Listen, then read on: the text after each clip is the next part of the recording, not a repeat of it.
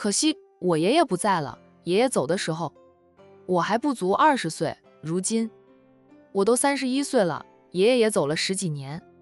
提到爷爷，占为话里话外都是怀念。他们兄弟几个，除了老九跟爷爷相处的时间不长，他们这几个都跟爷爷奶奶感情极好。爷爷看重大哥，但对他们也是极好的。爷爷对他们都是因材施教，说他们性格不同，长处不一样，只有大哥学的东西多一点，大哥是接班人，就要求发展全面一点，特别要会用人，什么岗位用什么人。爷爷说的会用人，用人不疑，大哥就只管稳坐钓鱼台。爷爷最遗憾的是没有看到我们结婚，他走的时候我大哥26岁，他一向冷冰冰的，严肃的很，是很多女孩子对他一见钟情，但没有几个人敢追求他的。他身边总是带着几名保镖保护他的安全，也是不许亲人以外的女性接近他。爷爷最担心大哥的婚事，临走前交代奶奶一定要帮大哥找个好女人，还说大哥的正缘浅，若是不抓住很容易错过，错过了大哥就会打一辈子光棍。占为将自己的家族事、大哥的过去史都告诉了蓝若若。蓝若若像听故事一样听得津津有味的，原本还觉得从山庄门口到中心主屋很远，结果听占为说话反而觉得距离很短了。转眼间车子已经在中心主屋门口停下来，司机扭头对占为说道：七少，到家了。钥匙换成其他人在车上，司机早就下车帮忙开车门了。但是少爷带着未婚妻回来，司机就不多事了，将这个体贴的机会留给自家少爷。占为刚下车就听到了占木尘的叫喊声：七叔，七叔，你回来了。占木尘从屋里跑出来，看到占为后又扭头叫喊：太奶奶，我七叔回来了。七叔，七叔。占木尘的一声叫喊喊出来了他的堂弟们，几个孩子一前一后跑出来，最后面跟着的人自然是贝贝和妞妞了。两个小丫头年纪小，走得最慢，妞妞本来可以跑得更快一点的，但她等着妹妹，所以两个小丫头是手拉着手出来的。蓝若若自己开车门下车的，不等占为体贴她，见着这么多小朋友，一个个都俊俏可爱，她的心早就化了，哪里还顾得等占为体贴她呀？蓝阿姨，这么多孩子，只有占木尘兄妹俩见过蓝若若。占木尘礼貌地问好，他的弟弟们才跟着向蓝若若问好。宝宝，好久不见。蓝若若笑着摸摸占木尘的头，叫着占木尘的小名。他的视线一一扫过几个小家伙的脸，他们的问好他都笑着回应，然后赶紧对占为说道：我给孩子们准备的礼物，帮我拿下车，不着急，等会儿再分给他们也不晚。占为嘴上说着，还是赶紧去帮他把东西搬下车。蓝阿姨，两个小美妞总算跑到，贝贝开心的叫喊，然后一头扎到蓝若若的跟前。蓝若若赶紧抱住她：贝贝，咱们又见面了，阿姨可想你了。蓝若若最喜欢的还是贝贝小朋友，这个小丫头长得太好看，浴血可爱，娇憨可人，怪不得占为那么疼爱这个小侄女。集万千宠爱于一身的贝贝也很有礼貌，有彤姐这么优秀的妈妈亲自教育，想来贝贝将来也会很优秀，不会被宠坏的。想阿姨，贝贝搂着蓝若若的脖子，可亲热了。小丫头还在蓝若若的脸上轻轻地亲了一下，亲的蓝若若的心都融化成春水。每次看到贝贝，她都想快点生个女儿，像贝贝这么可爱的女儿。阿姨，姐姐，我姐姐。贝贝向蓝若若介绍她的姐妞妞，妞妞适时地叫了一声蓝阿姨。她说话比贝贝利索多了，大了半年就是大了半年。蓝若若蹲下身去朝妞妞伸手，也将妞妞拉入怀里，笑着对占为说道：我要被孩子们的一声声阿姨甜死了。占为故意吃味的道：看你一来，我的侄儿女们都围着你打转，我这个七叔都靠边站了。贝贝，你也太没良心了吧！一出来就要你兰阿姨抱，也不叫一声七叔。枉七叔那么疼你，太偏心了。七叔，贝贝甜甜地叫了一声七叔，这才朝战维伸出双手，让战维抱他。海童带着宁云初出来，看到被孩子们包围着的蓝若若，他笑道：若若，孩子们可是念叨了半天，总在问七婶什么时候来。听说家里会来客人，小孩子们就惦记着，很想知道未来的七婶长什么样。这不，听到大哥哥说七叔回来了，他们就全都跑出来了。那欢喜的劲儿呀，让他们的爸妈都有点吃味了。蓝若若笑得脸有点红，也是因为海童那句话，他和战维才见家长，战家的小家伙们已经把她当成七婶了，就这么笃定她一定嫁给战维。好吧，她8、9不离10是嫁给战维的了，自家长辈包括亲朋好友都巴不得她赶紧嫁战维呢。她要是敢和家里长辈说不嫁战维，怕是会被长辈骂个狗血淋头。错过了战维，她怕是也遇不到更适合她、更好的男人了。童姐，蓝若若和海童打过招呼后，视线落在宁云初的身上。若若，这是战维的二嫂宁云初，宁氏企业的总裁。蓝若若冲宁云初笑笑，跟着战维叫了宁云初一声二嫂。宁云初虽说见过了蓝若若的相片，却是今天才见到本人的。他不着痕迹地打量了蓝若若一番，笑道：怪不得彤彤回来后总是夸你，若若，你真的好漂亮。二嫂，你别笑我了，在你们面前我哪敢说漂亮呀。战家就是俊男美女的集中营，走，我们进屋里去。奶奶念叨了半天，听到宝宝说你来了，奶奶都想出来接你。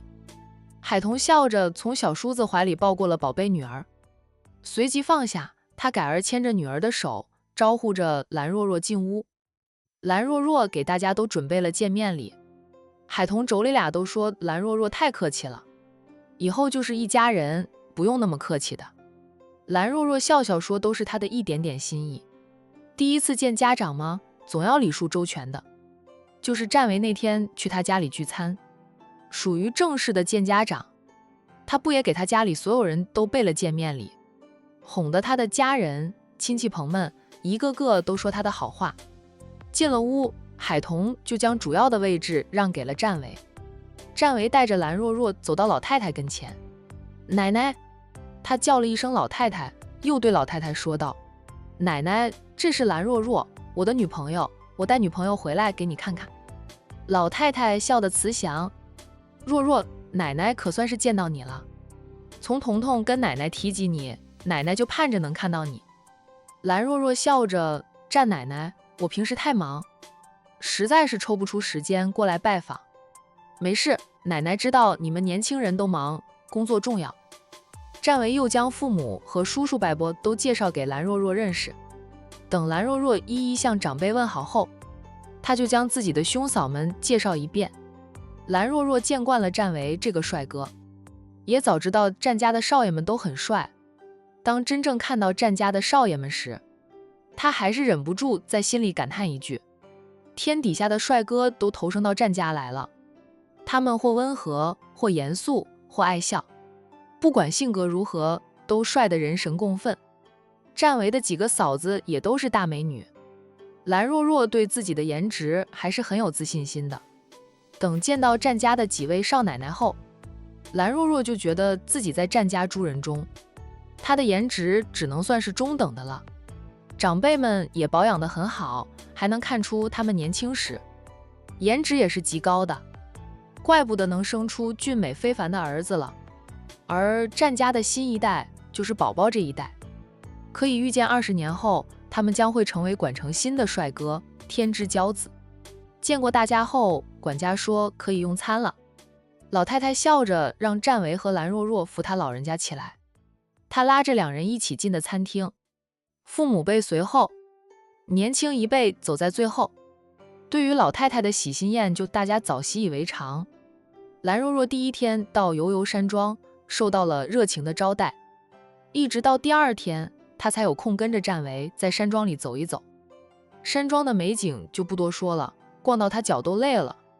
还没有逛完整个山庄，最后他被战维带进了一处水榭。这里好多荷花，蓝若若站在水榭边上，双手撑放在护栏上，外面是成片成片的荷花。夏季是荷花盛放之时，这里是荷园呀，种的全是荷花。蓝若若欣赏了一会儿荷花，便回到石桌前坐下，说道：“还好今天有点风，不过还是很热。你们管城是真的热，比我们阳城要热很多。阳城的高温天并不长，而且气温也没有管城这么高。”战维说道：“管城是热，不过比那些火炉城市又好一点。热的话，我们回屋里吹空调。”战维递给蓝若若一包纸巾，让她擦擦汗。这是临出门前大嫂悄悄塞给她的。她当时还奇怪大嫂给她塞一包纸巾做什么呢？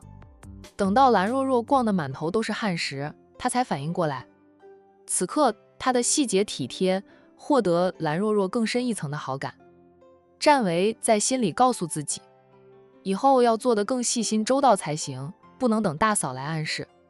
再坐坐吧，有点风，坐下来后慢慢没那么热了。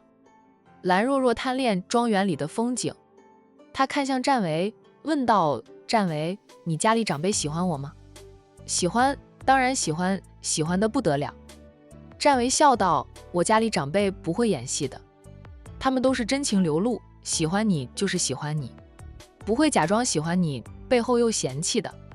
而你也没有被嫌弃的地方，你这么优秀。昨天我奶奶还有我妈把我批得一无是处，对你那是感激不尽，感谢你肯要了我这个大龄剩男。”蓝若若也笑了。老太太他们还真的说了战维很多不是，说他31岁了，差点没有人要，感激他接纳了战维，不用他打一辈子光棍，吃饭时总是给他夹菜，夹的都是他喜欢吃的菜。阳城属于北方城市，饮食上和管城肯定有差异。战家为了招待他，特意让厨子每餐都做了他平时喜欢吃的北方菜。他以为是战维跟家里人说的，战维却说不用他说，他家里长辈早就了解清楚他的喜好，是长辈安排的，都不给他机会体贴他。蓝若若算是理解父母从管城回去后就着急让他结婚了，他才来1天就喜欢上战家的氛围了。远处传来了孩子们的说笑声，很快两人就看到一班孩子往这边走来。听到妞妞的声音，他说他想要漂亮的荷花，然后贝贝也说要荷花。洋洋宠溺地答应2个妹妹要给他们摘2朵荷花，其他小家伙也说要荷花，洋洋都宠溺地满足他们。一般小朋友就是由洋洋带着过来的。龙婷已经跟着父母前往望城，那是他养母亲生的娘家，每年寒暑假，养父母都会带着弟妹回一趟望城的兰家。他只要在家也会带上他，他不在家的话，养父母也会跟他说一声，问他有什么想要的礼物，从望城给他带回来，放在他的房间里，等他回家了就能拆礼物。龙婷这个孩子王不在悠悠山庄了，洋洋就变成了孩子王。蓝若若望着孩子王洋洋，对战维说道：“彤姐这个外甥长大后必定是个暖男，他对弟妹都很有耐性，对弟妹的宠溺，傻子都能感受得到。洋洋是个很懂事的孩子，不枉我们全家那么疼他。在宝宝他们还没有出生之前，我们家没有小孩子，洋洋就成了团宠，我们都很喜欢他。洋洋可以说是他们看着长大的，小时候的洋洋也的确是团宠，就是现在大家都有了自己的孩子，但对洋洋的关心依旧。洋洋的爸妈都不在管城吗？”蓝若若刚来，对洋洋的事还不是很清楚，只知道洋洋是海童的外甥，父母离了婚，洋洋跟着妈妈。战维答道：“亲爸还在管城的，海玲姐如今是江城凤家的家主，很忙，假期送2个孩子回管城后又回江城了，孩子放在我们家，海玲姐120个放心。